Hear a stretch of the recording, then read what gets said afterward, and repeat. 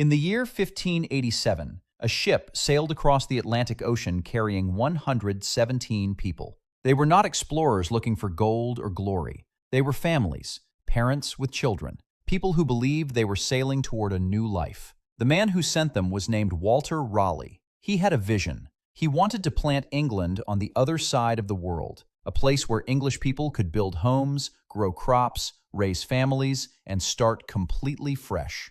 A place untouched by the old world's problems. So he gathered these 117 people and sent them to an island called Roanoke, off the coast of what is now North Carolina. For a brief moment, it worked. The colonists built a fort. They planted crops. They traded with the Native Americans who lived nearby. For the first time, they felt like they might actually survive. But something went wrong almost immediately. The supplies they brought from England were never enough. The crops grew slowly. The winters were harsher than anyone expected. And the relationship with the Native Americans, which had started as peaceful trading, began to shift into something more complicated, something more dangerous. Within months, the colony was struggling. Within a year, they were desperate. And then came the day when Walter Raleigh made a decision that would change everything. He looked at the struggling colony and realized the truth. They needed more supplies, more tools, more food. They needed help from England.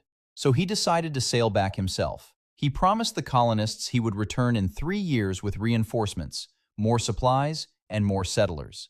The colonists had no choice but to believe him. What else could they do? 3 years passed. The colonists waited. Then 4 years. Then 5. Still no ships from England. Then 6 years. 7. 8. And finally, in 1595, 9 years after Walter Raleigh had promised to return, he finally managed to sail back to Roanoke Island. He came back with hope.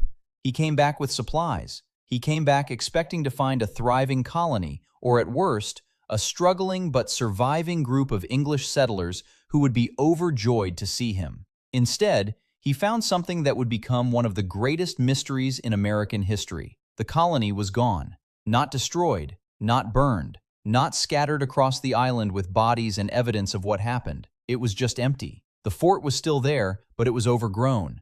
Vines covered the wooden structures. Trees had grown up inside the walls. It looked like the colony had been abandoned for years. The houses were still standing, but they were empty. No people, no bodies, no skeletons, no evidence of violence. It was as if 117 people had simply walked away one day and never came back. But where had they gone? There were no bodies in the fort. There were no graves. There was no graveyard showing evidence that people had died there. If 117 people had starved or died of disease over 9 years, surely there would be evidence. Surely there would be bones. Surely there would be something. But there was nothing. Raleigh searched the fort. He searched the island. He looked for any sign of what had happened to the colonists. And then he found it. On a tree near the fort, someone had carved a single word into the bark. Croatoan. Just that. One word. Nothing else. No explanation. No message saying, "We have gone to find food," or "We have moved inland," or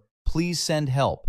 No indication of whether the carving was a message of hope or a desperate final cry. Just a name. A single word carved into wood. Croatoan. Some people immediately thought they knew what it meant. There was a Native American tribe called the Croatoan who lived on a nearby island. Maybe the colonists had fled there. Maybe they had been taken there by the tribe. Maybe they had decided to abandon the colony and join the Native Americans instead. But if that was true, why carve only one word? Why not write more? Why not leave a proper message? Others believed something darker had happened. Maybe the colonists had tried to sail back to England on their own. Maybe a storm had caught them in the Atlantic. Maybe every single one of them had drowned trying to cross the ocean. Or maybe they had simply starved. 9 years is a long time to survive on an island with limited supplies. Maybe the crops had failed year after year. Maybe the hunting had gotten worse. Maybe the animals had moved away or been hunted to extinction.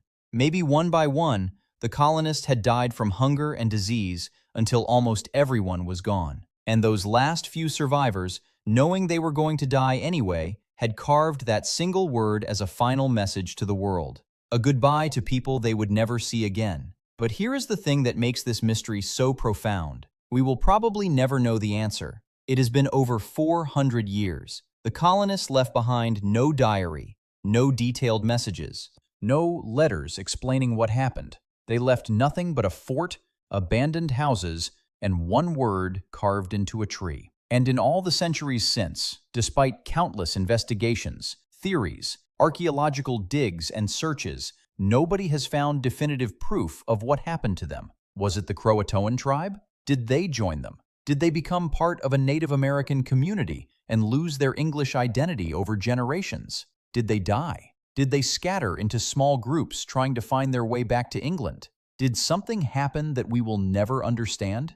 The Lost Colony of Roanoke remains one of America's greatest unsolved mysteries. 117 people sailed across the ocean looking for a new home.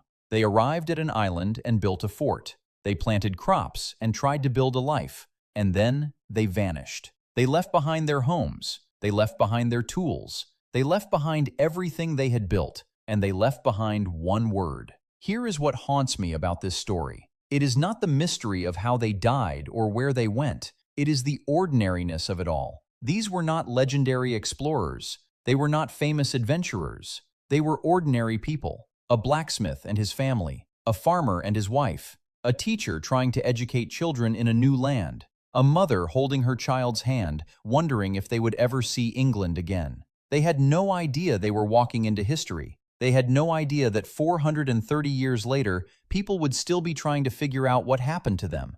They just knew that they were hungry. They knew that they were afraid. They knew that they had to make a choice. And then they made that choice, and they disappeared. And that choice, whatever it was, remains a mystery that refuses to be solved. The word Croatoan is still carved on that tree somewhere in North Carolina. A message from the past. A word from people who vanished. A mystery that will probably never be answered.